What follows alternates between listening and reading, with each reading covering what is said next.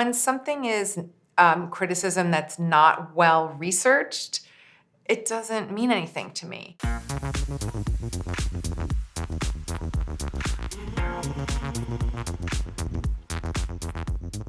The transformation of Gwyneth Paltrow from Hollywood star into entrepreneur is remarkable, even in an era where celebrities get book contracts and clothing lines without even asking. But Paltrow doesn't play a business, she's all in. In 2008, she launched Goop, a newsletter and e-commerce site that has nearly 1 million subscribers and an amazing ability to drive sales. This year, she added a skincare line and more products are coming. Paltrow guides strategy and, as she details, obsesses over metrics. She uses the newsletter for market research and for marketing. That virtuous loop has Gwyneth and her venture backers thinking big about where this business could go. Do you consider yourself a godmother of the newsletter movement? No, but I think that I have been doing this for a long time and I've made a ton of mistakes and I've also fumbled my way to some good successes. Do you think there's enough room in the market for everyone to create a newsletter? There's always room for good content. Always. Mm-hmm. And there's always room for an incredibly intelligent woman or women with a powerful voice. And I get very inspired by other women who, especially Jenny and Lena, they're so brilliant. They have such a specific point of view. I love Lenny Letter. I'm a fan. I think for good content, there's always space. I don't think that we cannibalize each other at all. Of the people that want to advertise on Goop, what's the process like to get the Paltrow checkoff?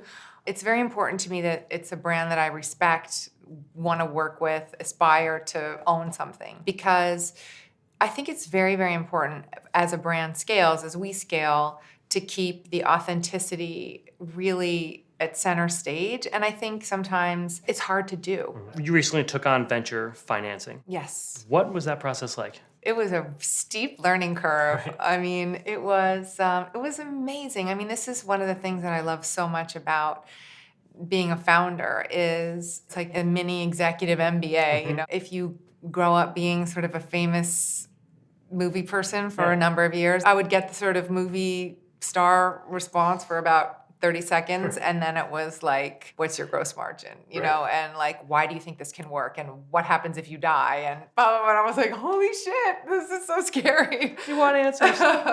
But it was great. I mean, it's also what I love about fundraising is it provides such an incredible space to reflect on your business and to hone, like, why are you doing this? Why do you believe in yourself? Where do you see yourself in 5 years? What do you want this to be? How can you best articulate it? And then you take that home and internally you can talk about, okay, how can we do this? How can we reinforce our mission? So you're essentially focus grouping. Right. That's not a bad cycle to be in. Thank you. Have you gotten to a point where someone has said, Goop should do X, and you think, well, that's not what I would want to do? As we go, it becomes clearer and clearer what the mission is. And, really, it is me, but it's also we really are a collective. And I didn't name it Gwyneth Paltrow Life or whatever. I named it Goop, but I really want it to be its own company. And I think that's the real scalability comes when I'm not as inextricably linked with the company. And I think it's happening. Who do you look to for advice? I'm very inspired by,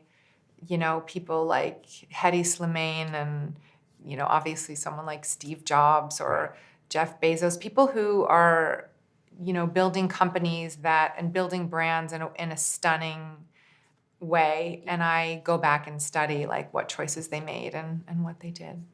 You operate in a much more public fashion than any of those people you just mentioned did, and you get constant criticism for just almost everything that you do and put out.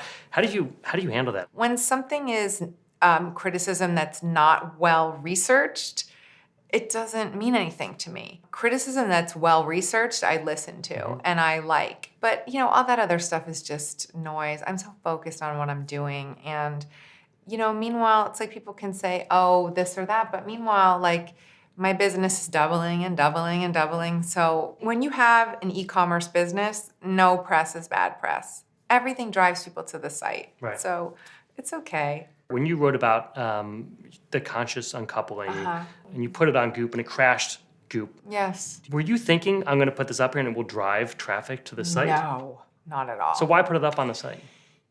Because It was an incredibly personal statement. And, at that time, Goop wasn't the size that it is now. There were a lot less people. Like, it was a very, very personal project for a long time. And I wrote in the first person all the time. So it wasn't like a break. Now if you read the content, it's not in the first person anymore.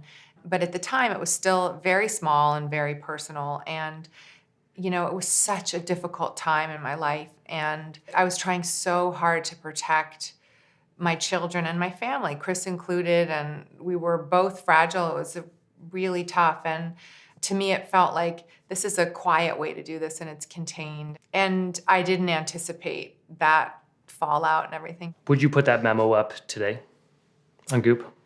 That's a good question. Not in the same way. It sort of wouldn't be appropriate now. It's like a much bigger business, and I'm not sure that it would be the right place to do something like that. I'm not sure. It's a good question. What do you like as a manager? I really encourage collaboration and I encourage respect. I want it to feel fun. I want people to come to work and feel good, and I think life-work balance is important. I want to inspire my team, and I want to bring out the best in them all the time. Could you see yourself selling it at some point, of going public? I would never say never. And I feel like, we are just at like the acorn stage of fulfilling our potential. And I've never known where Goop is going. It's always caught me by surprise. So we'll just have to see. I'm open to anything, but I could sell it. I could pass it to my kids. I don't know. We'll see. When you think about how the company's doing, is there one metric or a set of metrics that you look to that tell you whether you're healthy or not? Yes, I always look at gross margin because that's sort of the big number. And our number right now is very good because of skincare and everything. So that's kind of the big one. I look at open rates as another big metric for me. The CTOR is like, you really want to know who's engaging, how many people, what's the deliverability of the email. That's what I want to know. How engaged is everybody? What are they clicking on? The other metric that I look at is percentage of readers to shoppers. So we're trying to grow the shoppers. We have a lot of data there to mine. Is there a weekly data session? When do you go into your data? Is it every day? Yeah. Is it every morning? I go to our Shopify dashboard every day, multiple times a day. I like to see. You're addicted? I'm addicted. But then we have a manager's call every week to discuss the numbers and where we are. We talk a little bit about how big you see Goop growing. What is your goal? I would like us to be a lot bigger than we are. Mm-hmm. How big are we talking about? Like in markets around the world? Do you want to travel anywhere and always see a Goop branded product somewhere or someone reading the Goop newsletter? Yeah. All right. That's the goal? Yeah, basically. Good. I just defined it. Thank you. Well, thank you very much for joining us. Thank Really you. Thank you appreciate for it. having me. It was really fun.